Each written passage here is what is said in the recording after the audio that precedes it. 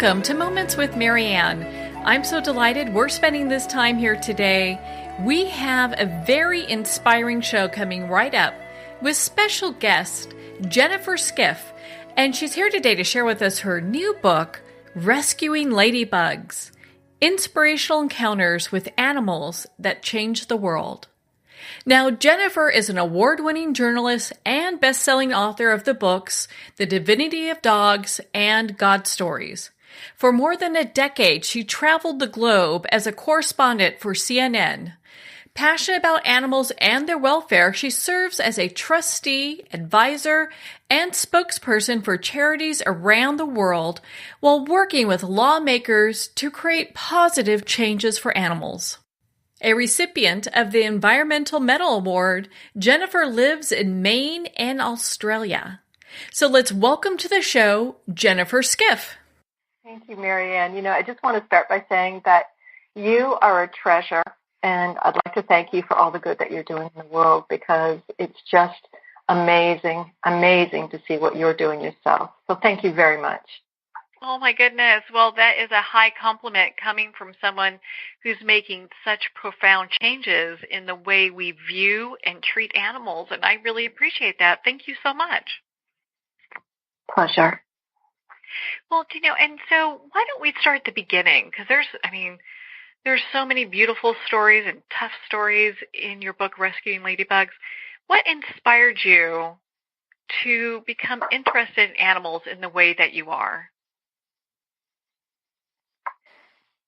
Probably it was just the fact that growing up in my family, we always had dogs and cats. And for me, when I was about 10 years old, my parents had a breakup, and we went through a really, really tough time. And I can honestly say that as my parents split and became partnered, there were 4 children kind of left standing there by themselves, and we had this dog named Sally, and Sally was everything to me. She was my mom, she was my best friend, just everything. And because of her, I connected. I knew the gift of dog, if you will. And then as I got older, I started rescuing and working with rescues. And it wasn't until I was about 33 years old, I think, where I was working for CNN and traveled to the country of Laos to research a book I wanted to write about the Vietnam War, where I ran across something that changed the way I thought about all animals and not just, dogs and cats and pets. Yeah. Well, it's interesting because, your book, I felt, and I know you get this kind of feedback as well, it's life-changing to read this book. We get a different view than I think what most people, think about when they are, there's a big group of people out there that love animals and respect them and are for animal rights, and there's some people that just might not be really aware of what's happening with the animals that share this planet with us. Well, this book tells the stories of people who had an experience with another animal that affected them so profoundly that it caused them to act.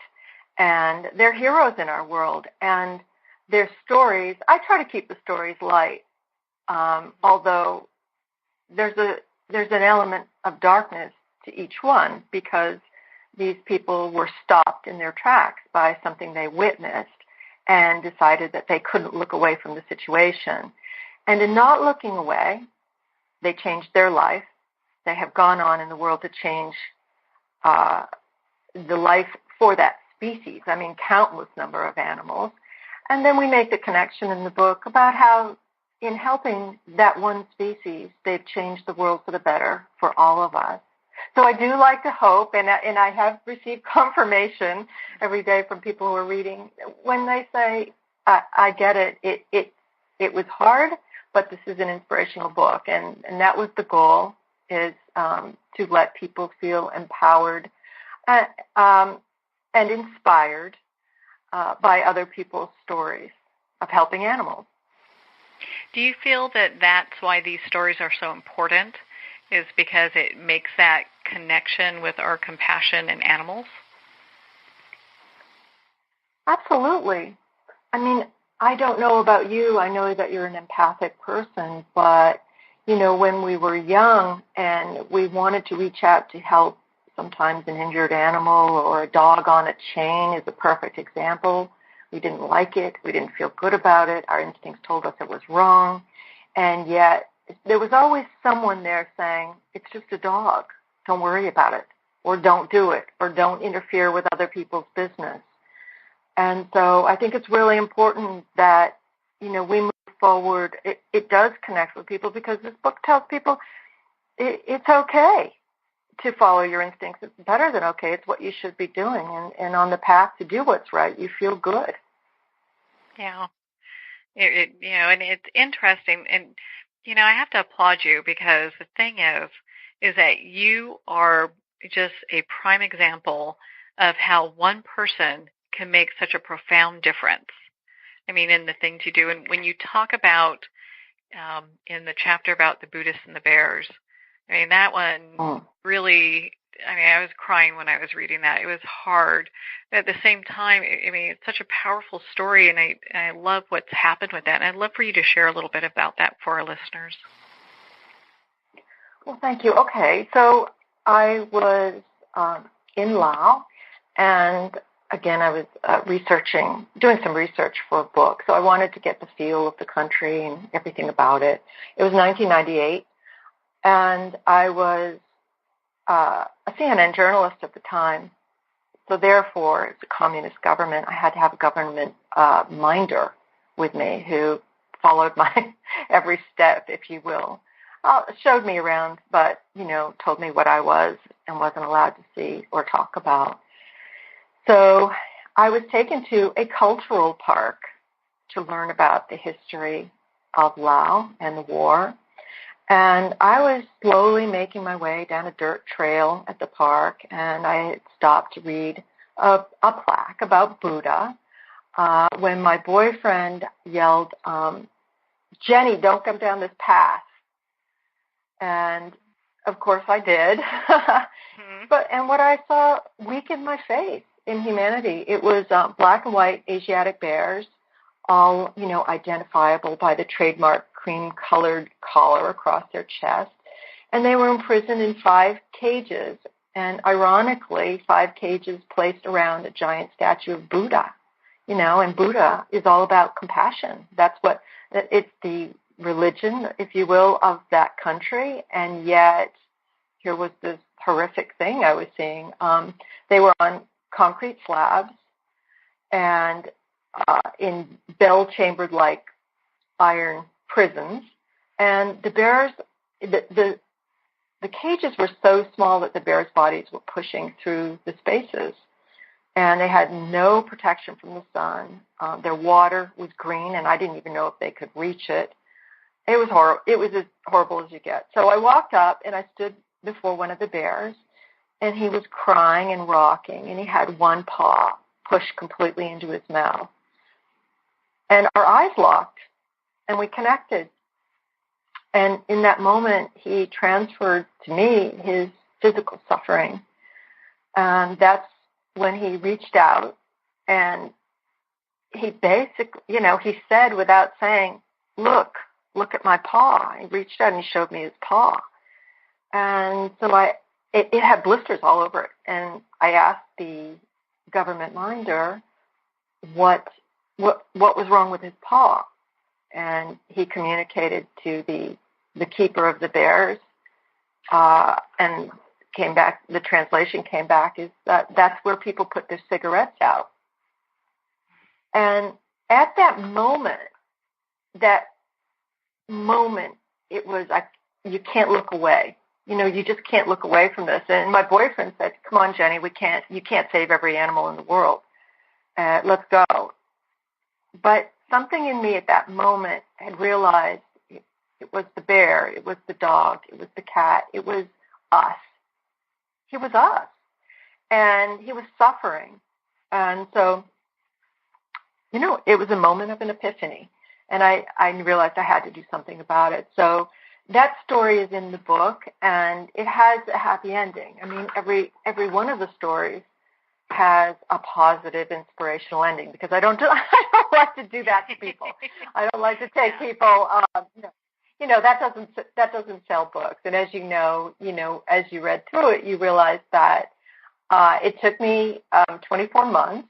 I established a relationship with the government and convinced them that people wanted to have tourists, and if they wanted tourists don't want to see cruelty to animals. They just don't. No one wants to see that. And so I convinced them that we should build the first bear sanctuary. They donated the land. Friends from all over the world, mainly Australia and America, where I have homes in both places, helped me raise the money. And I engaged the help of bear experts in the world, and we built the first bear sanctuary in that country, which still exists. So my friendly bears were moved 2 years after that date, and it's a special story because it was my story that proved to me that you can do it. You can. I was just anybody who witnessed something that was horrible, and you just have to use your smarts. You have to convince people that something's wrong without offending them so deeply that they turn and look away from you. You want them to embrace your idea to create positive change. And I found that people often do. Well, throughout your book, you show over and over again how that's so possible and how change can be made, and there is a happy ending to this story, which, is very heartwarming. And I know that people are they're just looking for better ways for animals to be treated, and it feels like as a society we are moving towards that now more than ever. I mean, our young people are more conscious about circuses and maybe places that have orca or other places, like SeaWorld or other animals that are in cage performing, when they should really kind of be in the wild. Well, absolutely. I think there's power in the collective voice, and that's what's happening right now. We saw it happen very recently in Florida with a vote to end greyhound racing. That was a huge majority of people decided this is wrong and we just don't want this anymore. And we just saw it in California with a vote there to end the extreme confinement of animals, farm animals used for food. So what people are saying is that this is not a political issue. The only people who think it's okay, to allow cruelty to animals are people who profit, truthfully, and they have the money often to lobby and try to keep things in place as long as their profits continue. But what's happening and what you're seeing is the power of the collective voice, and that is that people are joining force and just saying, no more. This isn't right, and we don't want to participate in it. That goes for people who don't eat meat. It goes for people who choose to eat meat. No one wants to participate in cruelty or eat animals that have been treated cruelly. So it's a good thing. And in this book, you'll see me talk and refer to something that I refer to as the compassion movement, because it's really the collective quest to end suffering for all beings, living beings. That includes people as well. And I think that a lot of people in the world think of themselves, most people, I mean, there have been surveys done that the majority of people, over 90%, consider themselves compassionate. And I think this book gives them permission to follow their instincts and their knowledge and their feelings about what's compassionate and create compassionate change in the world. We can do it. We're doing it. Mm-hmm. It's happening. Well, and so it makes me kind of wonder, for the people that were featured in your book, what was the thing that made them so either unique or that the story really grabbed you that you said, you know what, this has to be included? That's a great question. That starts with the fact that this book deal was part of a 2-book deal with my second book called The Divinity of Dogs. And I had a publisher, there was a bidding war. Hello, how wonderful is that? For it. And then one of the publishers said, we'll give you a 2-book deal, but the second book has to be a memoir. Well, at the time, I'm like, sure, good, fine. And then, so I finished The Divinity of Dogs. It goes out there, and I'm like, a memoir? What am I going to write about? Oh, my God. And I started thinking about it, and I knew that I wanted to write a book that had an impact on people and yet was inspirational. And the bear story, my own personal story about bears, the bears started coming to mind. And then I started thinking about all the people that I work with in the world and have for the past 20-something years. And those people, we haven't mentioned it, but I do a lot of work in Washington, advocating for animals as a volunteer. I'm a volunteer with the Humane Society of the United States. And also in Australia, I work in Parliament, trying to convince leaders here to create change for animals. So basically, my whole life has been about working to create change. And along the way, I have met world leaders, people throughout the world who are specifically often working to help one species. So I put out the call to some of my closest friends, and I asked them, I know you've been doing this forever, but did you have one moment that caused the shift in you, that took you away from something else you were doing in life, and where you said, this is it now. I can't look away from this animal. And, of course, hello, common sense, they all did. And so this book is really, each chapter starts out with a story of mine from a different part of the world, and then leads into a theme of a couple of world heroes who had a similar experience. And we talk about their personal story, with an animal. So that's how this book came about. That is so fabulous. I mean, because you can see how it all is just woven together so nicely. I mean, you're such an amazing writer. I was just wowed with, oh, yes. I mean, my goodness, I thought the stories were beautiful, and, it offers a lot of hope for people. And it just gives you kind of a moment to pause and reflect on, who it is that we are as a society and where is it we would like to be. And that happens with one person at a time. So we can't control other people, but we can definitely control ourselves and what we choose to do. And I love, how you have persuaded other people to do things that actually improve the lives of animals as well. Are you talking about that monkey story? I'm talking about the monkey story. You must have known. Right. Well, I think when you say persuaded, I think that's a very good example of how we can all work together to create change, but then it's usually one person's voice that can take a situation to the next level. So I was in Flores, Indonesia, which is a remote island, and I had gone with some friends who had promised me they'd take me by boat to see Komodo dragons on a nearby island, something I'd always wanted to do. And when we got to our hotel, we realized that there was and it's a semi-funny story because a friend of mine who is his title is the Earl of Warwick, and he and I are great friends, but at the same time we're on real different pages when it comes to animals and animal welfare. You know, he talks about the hunts in Great Britain, and I talk about not hunting foxes in Great Britain.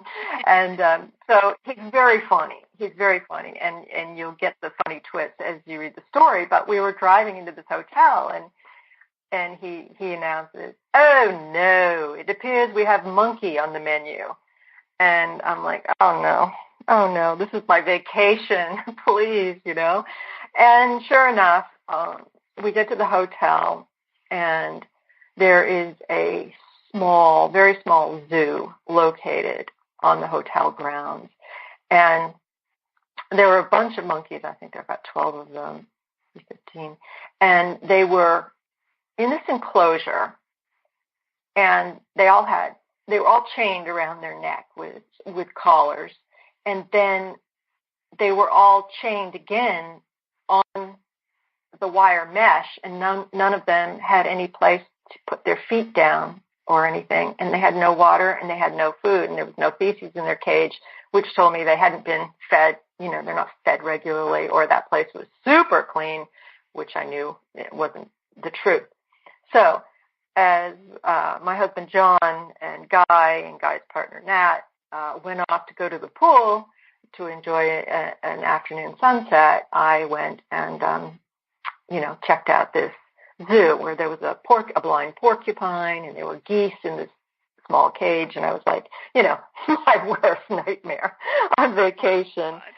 So a long story short, I met with the manager of the hotel, and who was very willing to talk to me, surprisingly. And I said, look, I'm sorry. I can't witness this. This has to change. And I'm here to help you change it. Mm-hmm. What are we going to do about this? What are we going to do about this? And luckily, people had posted on TripAdvisor for years about what a lovely hotel it was, but the zoo was horrific, and they should shut it down. And when this happens, eventually it works. And so my voice was just that voice that said, enough's enough. I'm here to help you. And that's how you approach, and that's how I approached. Try not to condemn them, tell them how horrible they are, but say, look, I've got experience in this, and I can help you. Let's get it done. And we got it done. I had to cut a deal to start. I wanted to release those monkeys back into their natural habitat. They had all come from tropical rainforest there, and so therefore they most likely would survive if they were released. And we had to cut a deal that 3 of them had to stay. So we left behind a mother and her babies, because the babies wouldn't have had as much of a chance for survival out there, because that's not where they had been born. And one day, it was one of the highlights of my life. We unchained those monkeys. We cut them free. We crated them, and we took them into the most idyllic location in this jungle, where there were nuts and fruits and a stream, and we released them. And then after the release, I went back and I said, well, my job's not over. These enclosures are very bad. So he gave me some staff, and we changed the enclosures. And the monkeys that were left in there were released within the cage, and we put in swings and water and toys. And then I worked with the porcupine, who became a very close friend of mine, to be honest with you. I never knew porcupines were, again, like dogs. And I was actually petting the porcupine before I left. He was lovely. And I gave him a log. He was blind because most likely he had been exposed to the sun day in and day out. And he had never had a log. He had nothing in his enclosure. I gave him a mat and the log and the geese, and helped talk the manager into letting the geese out during the day, and they were swimming in this beautiful pond when I left. But, having said that, I was very nervous that wouldn't continue, and that they would go back to their old ways. And so I checked on them frequently via email with the manager. And then one day he wrote to me and he said, I have good news. I just want to let you know that we no longer have the zoo. We have released all the monkeys. The porcupine passed, and the geese are free and were given to a home where they could roam without affecting the guests. And to me, that, there was that double whammy of it's really hard to leave some animals behind, and there are always deals that are being made, no matter where you are. I mean, I was in Parliament this week and trying to work to end puppy farming, and I can tell you, the deals that are cut, it makes you want to bang your head against a brick wall. It's very disheartening, very disheartening. But when you have an outcome like we had in Indonesia, that was, it just warms your heart, and it makes you realize that you just have to keep going. You have to keep going because it works. Thank you for asking that question. Oh, well, thank you so much, Jennifer. My goodness, it's such a joy to talk with you. We are going to pause here for a quick break. We've been speaking with Jennifer-Skiff in regards to her new book, Rescuing Ladybugs, Inspirational Encounters with Animals That Change the World. You've been listening to Moments with Marianne. We'll be right back after these messages.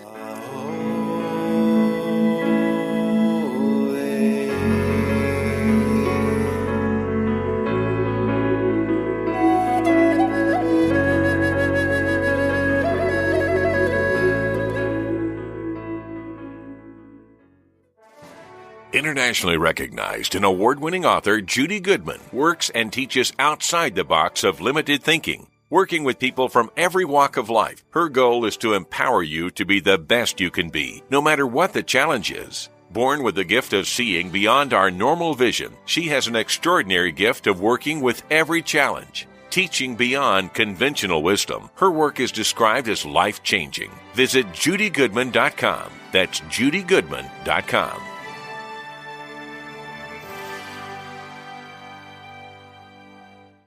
There comes a moment when you realize you're somewhere special, when you discover that each beautiful creature that you see has been rescued from a life of absolute horror and brought to this incredibly free place. Here's where their lives were forever changed and where yours will as well. Discover over 500 tigers, bears, and lions at the brand new visitor center at the Wild Animal Sanctuary just outside Denver. For more information, visit wildanimalsanctuary.org. Discover true freedom at the Wild Animal Sanctuary.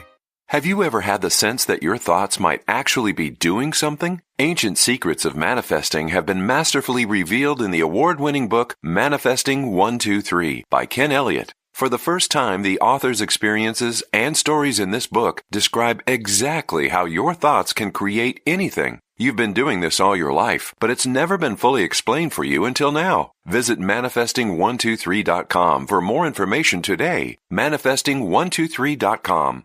There are nearly 2 million Americans living with amputation. Many live right here in San Antonio. Becoming an amputee can be scary, frustrating, isolating, but there's no reason to feel alone. The San Antonio Amputee Foundation is here to help support you and guide you toward resources such as home and car modifications and even prosthetic limbs. For more information or to make a donation, visit saamputee.org. We'll help you live a full, active life, one step at a time. San Antonio Amputee Foundation, healing limbs, hearts, and souls.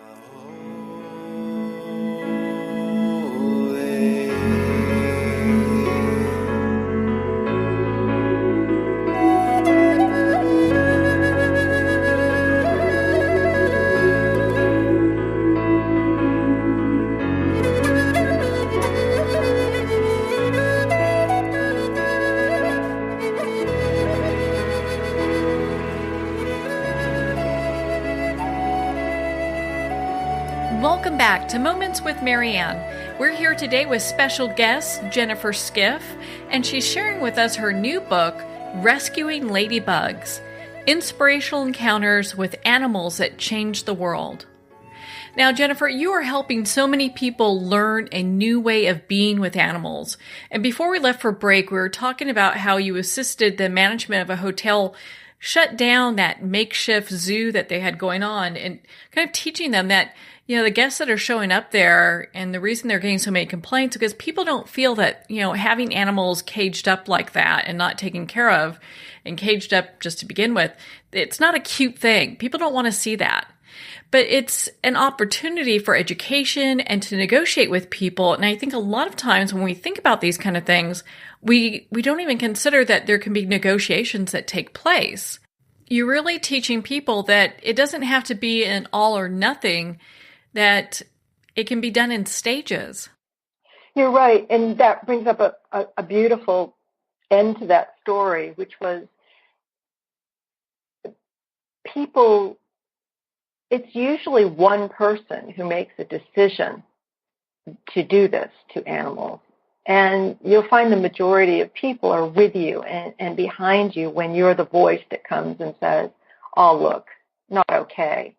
And, I tell this story in the book, but after the release, I get up very early in the morning. So I'm always like, if I'm at a hotel, I'm first one down for a cup of coffee and breakfast or just to chill by myself. And the next morning after that release, I went down and I was having a cup of coffee, and the waitress came up to me and she bowed to me and she said, "Thank you, monkey lady."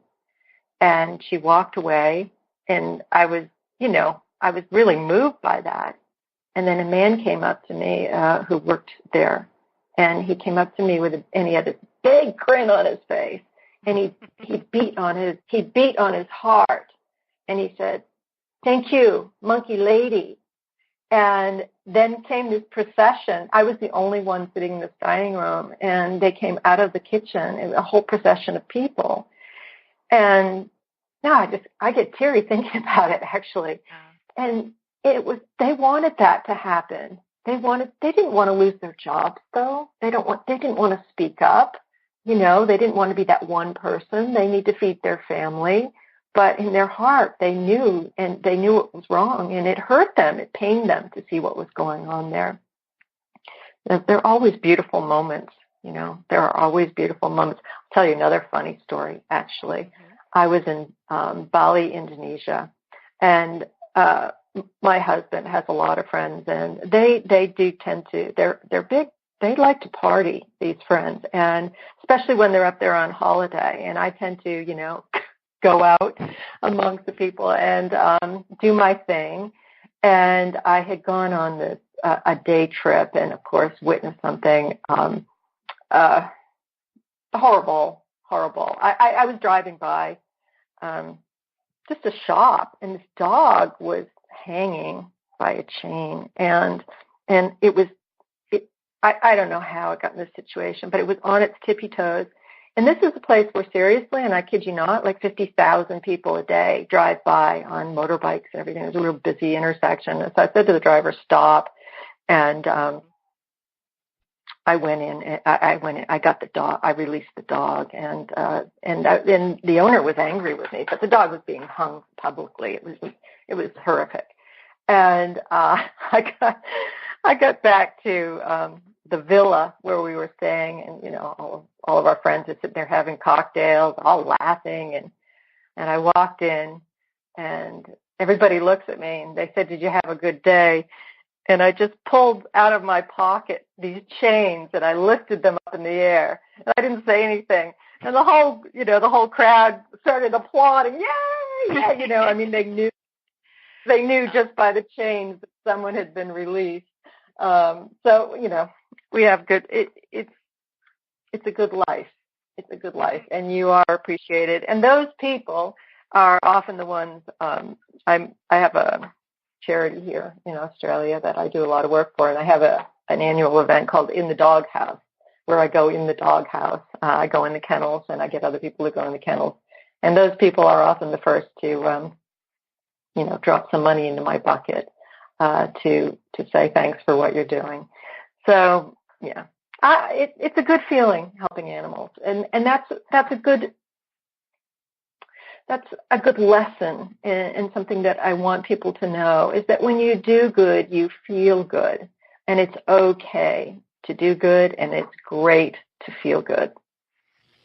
Well, and on that topic, because I believe this because I had a really close connection with my dog before he passed, but do you feel like animals really have this like telepathic communication with us, this connection with us? And then, and if you feel that they do, why do you think that we have that kind of connection? I have no doubt that they have the ability to communicate with us in ways that we don't really understand yet. Mm-hmm. You know it. You know the gift of dog. Most of us know it through the gift of dog, really. Most of the people that I know. And how is that? Well, I think that they activate their sixth sense, and they live by that. We are very disconnected, especially in our generation, our time, because we're connected to devices, and we're not as connected to nature. But anyone, and probably most of your listeners, are very intuitive, connected people. They spend a lot of time out in nature. They're very grounded, and they know that they do have a sixth sense, and they listen to that. And I think animals, because they're on the ground, they're touching the ground, and they rely on every sense that they have. They rely on that next sense as well. I mean, there have been studies about it, and Rupert Sheldrake is one of the people who has done studies on that, and it's common sense to him. And I just think for us, maybe we may never know until we pass from, this life, exactly how it all works. But I don't have any doubt about it myself. Yeah. I would agree with you on that. I mean, there have been times where, just with my connection with my dog, I mean, he was so in tune with what I was doing. Most of the time, I didn't even need to say anything. He would just look and follow my lead, And it's having this deep heart connection that it feels intuitive when you're with these animals. Kind of like when the bears were showing you their paws, it's like you intuitively knew what needed to happen. You didn't know how it was going to happen, but you knew what needed to happen. Right. Well, they're connecting. I was reading something recently. There's a friend at the Kelly Peterson at the Humane Society of the United States who started something. I believe she started it called Fences for Fido, and basically what she does is she goes to people who have chained dogs, and they create a fenced-in enclosure for those chained dogs. What they found with this organization is that when people, when they go in and put these animals and dogs in an enclosure instead of on a chain, the people who have the dogs see them differently. And there's a high percentage of the dogs that are then allowed in the house. And I thought that's so amazing. It's that when you view someone, another soul, a certain way, and you confine them, well, you can't see who they really are. You close yourself off to connecting with them. And when they're free and they're happy and they're engaging with you, then they can talk to you. And so I've just thought, when you're asking that question, I thought that was something I read recently, and I thought, what an amazing outcome, because it's actually teaching people how to connect with animals on a different level as well. Well, it seems that you have this just like if you have a superpower, it's being able to look at these problems when we talk about how animals are being taken care of and how they're being treated, and being able to find a way that works for change, for the animals, for people to learn. It's kind of like, you're able to show them that, hey, we can do this a different way that works for everybody. And I so appreciate about that about you. I mean, you really do such a phenomenal job with that.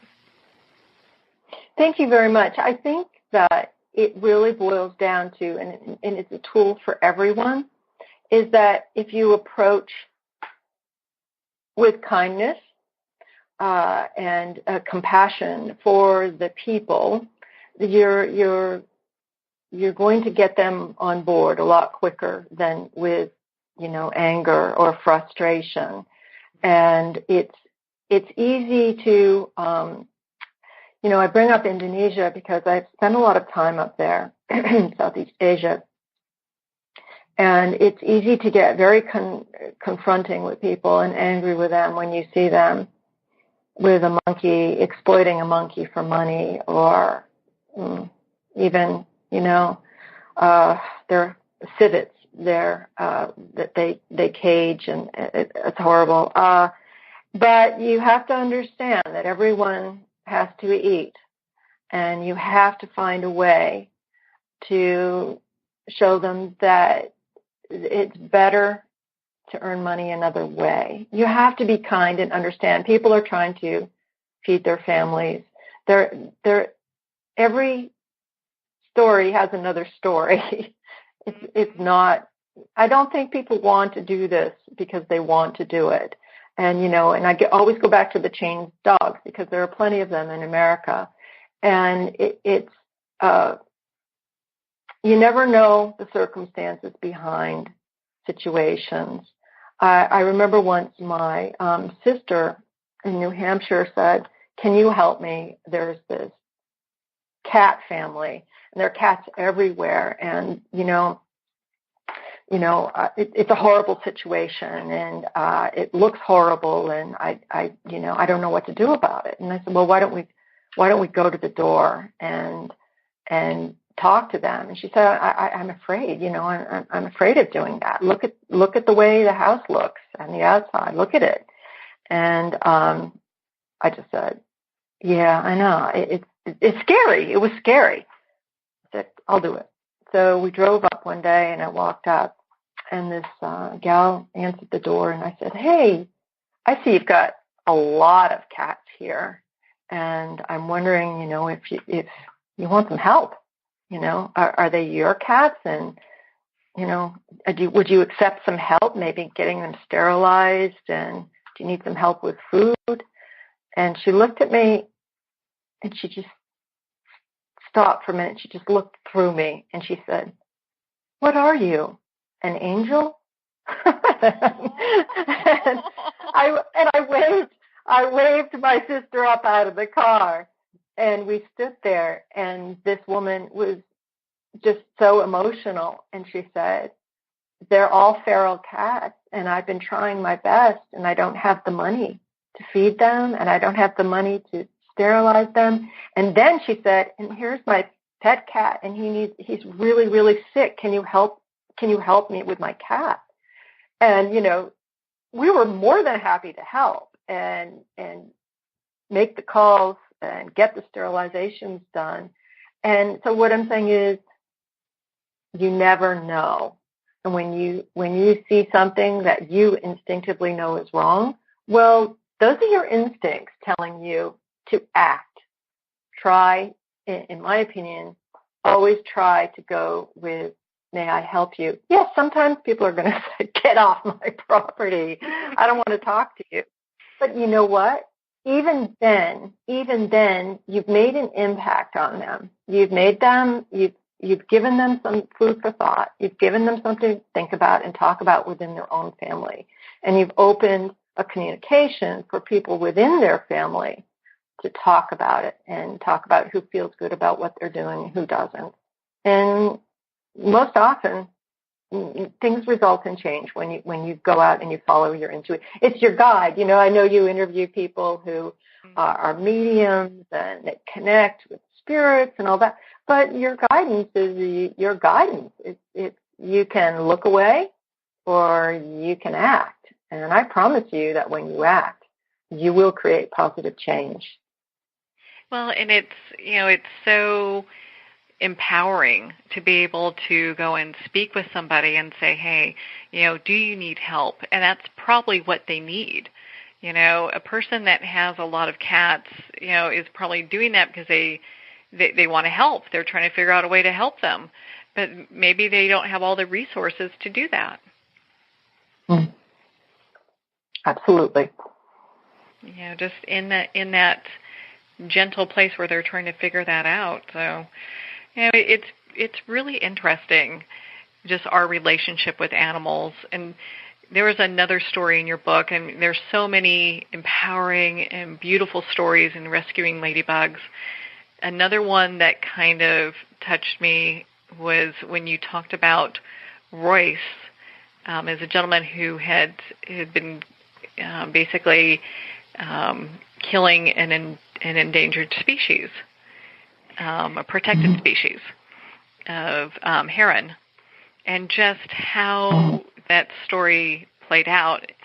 And I don't know if you'd like to share a little bit of that with us today, but just, we don't want to give everything away, but just a little discussion on that so that people can hear more about that. Because that was one that was like, wow, I just sometimes people just don't understand the consequences of what they're doing.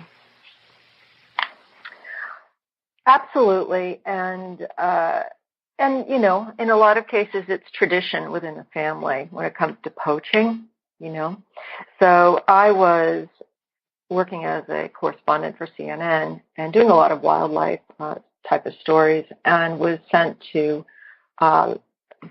Louisiana to cover a story about a man named Rolly Foltz, who was a known poacher.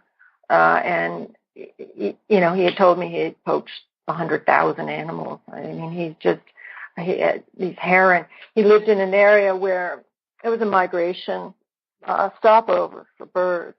And he would kill thousands, tens of thousands of birds and night herons in a night, just aiming at the sky when they came in. I don't get it, right? So I went to do this story on this man who had been convicted, and Dave Hall was a federal agent who caught him, and he had a program, and the program was that while in jail, he worked to convert poachers by educating them and telling them that they were actually killing off whole species by doing what they did, and showing them the wrongs of their ways, if you will. And he did convert this man, and that was amazing to me. And I thought, I'm going to tell this story of mine and lead into the most amazing chapter probably in the book, because it tells the stories of a couple of men in the world. Rick O'Berry, who was one of the first dolphin trainers in the world, and after having an epiphany with one of his dolphins, he changed his tune and went on to do what he does now, which is tell the world exactly what happens to dolphins when not only when they're trained, but how they're captured and what's wrong about that. And, he talks about what people don't want to talk about, that they are starved in order to teach them to train. And it just goes on, and how he's just flipped once he had that connection, once he realized that he had been profiting on the exploitation of dolphins, and realized that his intuition told him, now you're supposed to go and tell the world what you've done and take it back. And there's another guy named Dave Pauly who was a person who made a living killing what some would call nuisance species.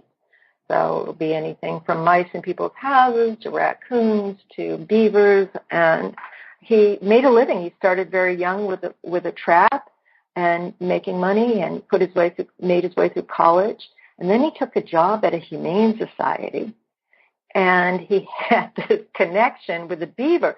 So all of a sudden he was supposed to save animals, and he took home this little beaver kit, and who was really not well, and put him in the bathtub and started giving him his baths, and his dog got involved. And he connected with this beaver, and he saw that he was just like any other child, enjoying the bath, talking to him, communicating with him, telling him when he wanted to eat something, and it changed everything for him. And Dave is now one of the biggest wildlife experts in the world. He's just, and I know him personally, and he is, I've done a ride along with him in Montana, a day in the life of Dave Pauley, where he's rescuing everything from snakes to dogs to ducks, turtles, and it is a real pleasure to see how people can change, and now how he teaches just the opposite. He teaches people how to live and coexist with wildlife. Lovely, lovely chapter, and really that was inspired by the fact that I learned while I was at CNN and doing that story that people can change when they're educated. And how beautiful is that? And you look at that in his unique perspective, to being able to see both sides. The person that's out there that was raised early to trap and kill animals, and then moving to working with the Humane Society and becoming someone who is so connected with them that he's saving them now. He's a great human being, and years ago, I wouldn't have wanted to call him my friend, and I'll tell you, I'm proud to call him my friend. Yeah.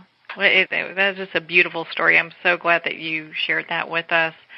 And my goodness, Jennifer, time goes by so quickly. We could talk for hours here. You are just such a light in the world, and I just so appreciate that we've been able to spend this time. Where can our listeners connect with you and be part of your community? That's a nice question. Thank you. Well, I'm on Instagram, and I'm on Facebook with under Jennifer-Skiff, author, and I also have a page if you're a dog freak, dog lover like me, called Jennifer-Skiff, The Divinity of Dogs, where you can get dog joy. Also, via my website, which is jennifer-skiff.com, and you can get the book there. It has many different links on different ways to get it if you're somewhere in the world that's not in the U.S., with free shipping at Book Depository or Amazon, or go to your local library or local bookstore. So those are ways to connect with me, and I welcome, I prefer to, if someone is saying to themselves right now and listening to this, I want to create change where I live, I've seen something, how do I do it? You go ahead and contact me via Jennifer Skiff on the author page.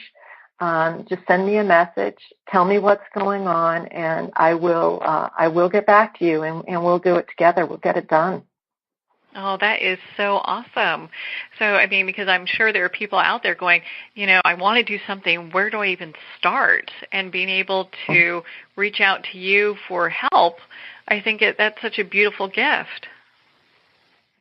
Well, thank you. I have the resources, and I know the people, to put them in contact with, but also I'm fortunate. I've had the privilege my whole life of being able to do this on different levels, and sometimes people just reach out to me, and it's about dogs that are chained, and they just want to know how do I go about doing this.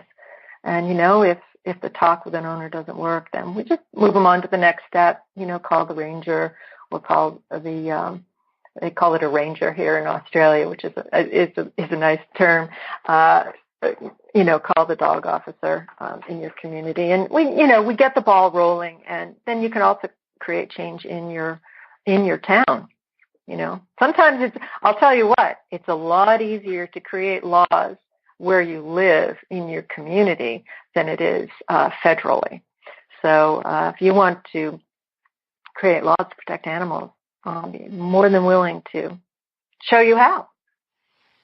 Well, I think that is an amazing place to start because it's making an impact not on just one animal, but many animals at the same time.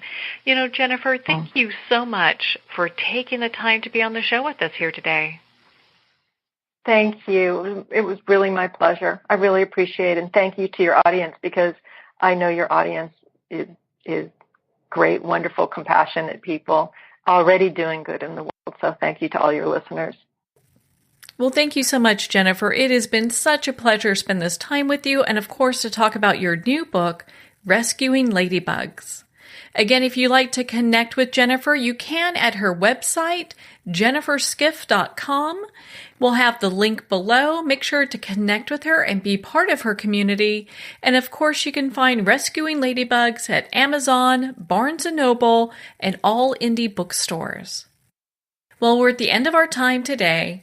I would like to thank everyone for tuning in. You're listening to Moments with Marianne. And remember, make every moment count.